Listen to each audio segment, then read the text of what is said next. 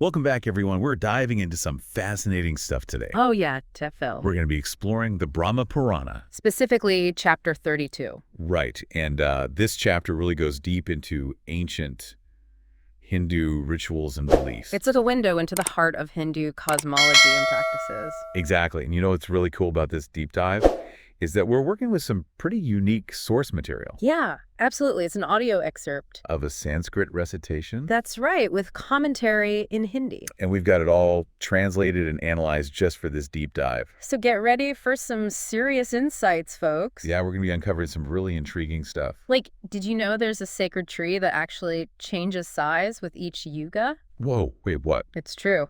And there's a powerful 8-syllable mantra that's supposed to fulfill desires.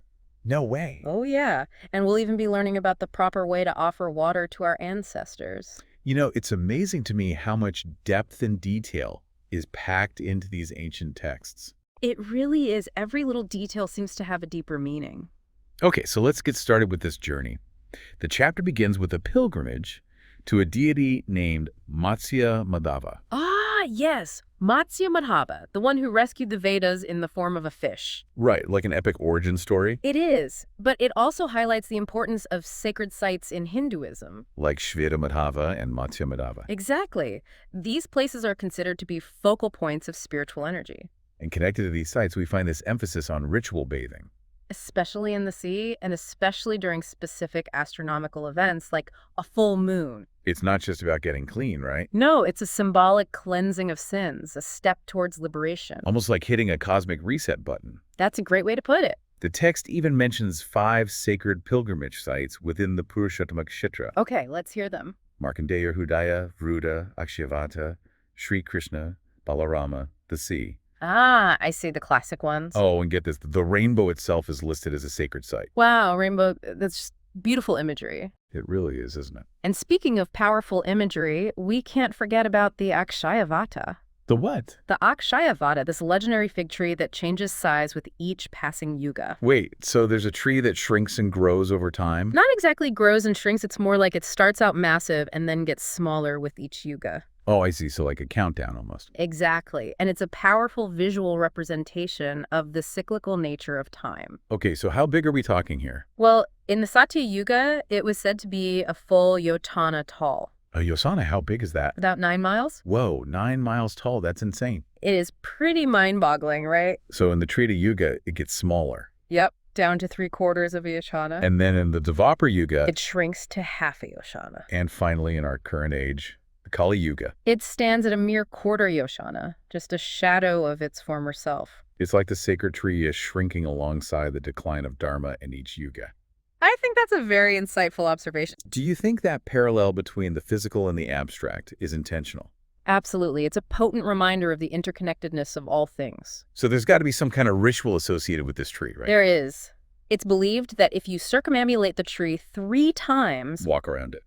walk around it 3 times, it absolves you of the sins you've accumulated over 7 lifetimes. 7 lifetimes. That's quite the reset. It is. But of course, it's not just about the physical act of walking. Right. There's got to be more to it than that. Exactly. The Brahma Purana emphasizes that you have to approach the ritual with the right mindset.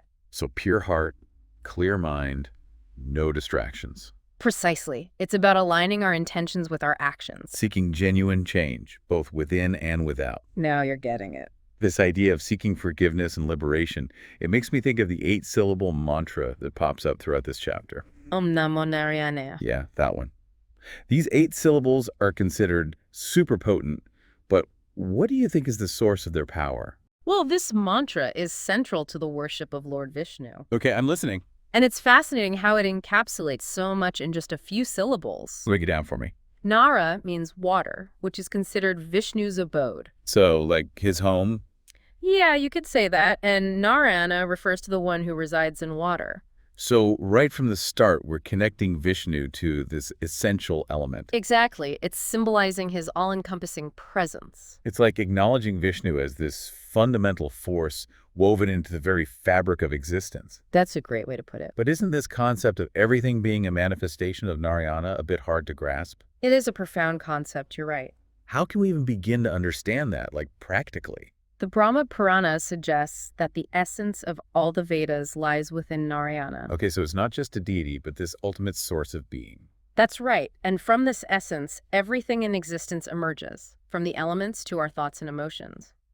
Wow, okay, that's pretty deep stuff. It is. It takes some time to really digest it all. So maybe chanting this mantra helps us tap into that source, even if it's just a little bit. That's a beautiful way to think about it. You know, it's all starting to connect now. The pilgrimage, the sacred tree, this powerful mantra. It's all intertwined. And now the text is going into detail about the ritual bathing process, emphasizing its role in attaining purity. Not just of the body, but of the mind as well. It's like we're preparing ourselves to connect with the divine. Exactly. It's all about creating the optimal conditions for a spiritual breakthrough. You know, before we dive into that ritual bath, I think it's a good time for us to pause for a moment. A little breather. Yeah, let everyone take a moment to absorb all this incredible information.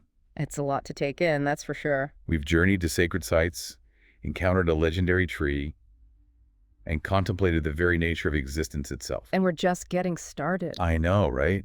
It's amazing how much wisdom and depth is packed into these ancient texts. It really is, and the Brahma Purana is just one example of that. So while you're taking a moment to reflect on all this, think about how these teachings might resonate with your own spiritual journey. It's always fascinating to see how these ancient wisdoms can still be relevant today. Absolutely. And we'll pick up right where we left off in the next part of our deep dive. Stay tuned, folks. Yeah.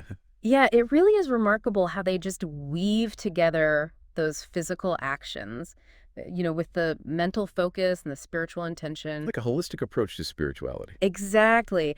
And that's where the real power of transformation lies. So all this purification and invocation, it must lead somewhere, right? What's the ultimate purpose? Well, it's all about preparing yourself to really experience the presence of Lord Narayana. Okay, so not just cleansing ourselves of all the negative stuff. Right. It's more about actively creating a space within for the divine to kind of take root, So we're making room for the divine to come in? Precisely. And the Brahma Purana really emphasizes the importance of chanting mantras, but not just kind of mechanically reciting them. Right, you got to put your heart into it. Exactly. It's about pouring your heart and soul into every word. Intentionality again. Always. And this intentionality, it extends to the offerings made to Lord Narayana too. So every element is carefully chosen. Right. Water flowers, sandalwood paste, they all have symbolic meanings. Okay, so water obviously represents purity cleansing, right? Yeah, it symbolizes washing away impurities, both physical and spiritual. And the flowers. Those represent beauty devotion, the blossoming of the soul. I like that. And what about the sandalwood paste? Sandalwood paste signifies fragrance, the sweetness of devotion, offering the best of ourselves to the divine. Creating a sensory feast for the deity. Exactly. But it's not just about pleasing the deity, it's about expressing our love and reverence. It's like a reciprocal act. You got it. We offer devotion. We receive grace in return. It's striking to me how these offerings engage all the senses. That's a great observation. It's not just an intellectual exercise. Like a full body experience. And speaking of engaging the senses, the excerpt goes on to describe creating a sacred space, a mandala, right there on the seashore. A mandala, what's the significance of that? It's like a symbolic representation of the cosmos, a sacred space where the microcosm meets the macrocosm. So in this case, we're talking about a square with 4 doors. That's right, and an 8-petaled lotus inside, all crafted on the sand. It's like building a sacred container. A point of convergence between the earthly and the divine. I love it. So this mandala becomes the focal point for the worship of Lord Narayana. Exactly. But before the worship can even begin, there's a whole process of purification. Mental and physical. That's right. This emphasis on purity, it's a recurring theme. It is. The Brahma Purana is really clear that true connection with the divine requires purity on all levels. Okay, so walk me through this purification process. Sure. So first, the mental purification that begins with visualization. Visualizing what? A 3-flamed fire. Okay. Blazing in your heart, burning away all the impurities and past transgressions. Wow, that's powerful. Then you visualize a radiant Ra, the Bisha mantra syllable, emanating from your forehead, showering your entire being with purifying nectar. I love that imagery. It's like you're actively participating in your own cleansing. Exactly. It's about taking an active role in shaping your inner landscape. Love it. What about the physical purification? That involves applying the 8-syllable mantra to different parts of your body. Starting with? The left foot. So we're consecrating the body. Like a temple. preparing it to receive the divine presence. It all leads up to the invocation of Lord Narayana himself. The grand finale, the culmination of all these preparations. Okay, I'm ready. Tell me how this invocation unfolds. It's a step-by-step process, Okay. a meticulous dance of actions and mantras. You first invite the deity into the prepared space. So we've created this beautiful mandala on the seashore. Right, and you offer a seat and a sada on the lotus within the mandala. So we're treating the deity like an honored guest. Exactly. It's about expressing the highest form of reverence and devotion. Then you offer water for washing the feet, the padya, a mixture of honey and water, the madhuparka and water for sipping, the akamania. It's incredible how much attention is given to every detail. It is, isn't it? And then you bathe the deity with water that's been infused with the essence of various elements. Representing all of creation. Exactly. You offer clothes, the Vastra apply fragrant sandalwood paste, the Vilapana. So many beautiful offerings. And all throughout this process, visualization plays a key role. So we're really bringing it to life in our minds. You got it. It's about actively creating this tangible connection. Through focused intention and visualization. Exactly. Transforming a symbolic ritual into a lived, felt experience. You know, I keep coming back to the incredible detail and precision with which these rituals are described. It's like a sacred choreography, right? It is. Every step has a specific purpose and meaning. It speaks to the profound reverence for the divine that's woven into Hinduism. Every action, no matter how small, becomes an opportunity to connect with the sacred. Like a form of mindfulness, paying attention to every detail. Honoring the divine presence within and around us. Beautifully put. So for those of you listening, as you contemplate these rituals, I want you to consider this. What does this meticulous focus on detail reveal about the Hindu understanding of the relationship between the human and the divine? We'll explore this question further as we continue our deep dive. Yes, like every little gesture, every offering is like another brushstroke in this masterpiece of connecting with the divine. Exactly. It's all orchestrated, a symphony of actions and intentions and symbolism, working together to create that deeper experience of the sacred. So when we perform these rituals with such care and precision, are we also honoring that divine presence within ourselves? Absolutely. It's recognizing that the divine isn't just out there, it's also inside each of us. So it's about cultivating that inner state of reverence and devotion. You got it. Letting it permeate every part of our being. Which brings me back to the 8-syllable mantra, Om Namo Narayanaya. It's like the thread that connects all these practices together. It's a constant reminder of that divine presence. Yeah, like a sonic anchor, grounding us in that interconnectedness. And by chanting it, we're not just calling out to the divine, we're aligning ourselves with that cosmic rhythm. Tacking into the source of creation. It's like a spiritual homecoming. Beautifully said. And as we wrap up our deep dive into the Brahma Purana, I want you to think about this text as a guidebook. A guidebook for what? For living a life of purpose and meaning, a roadmap to spiritual awakening, And while the rituals might seem complex at first, the underlying principles like purification, devotion, and self-transformation, those are universal. timeless. Exactly.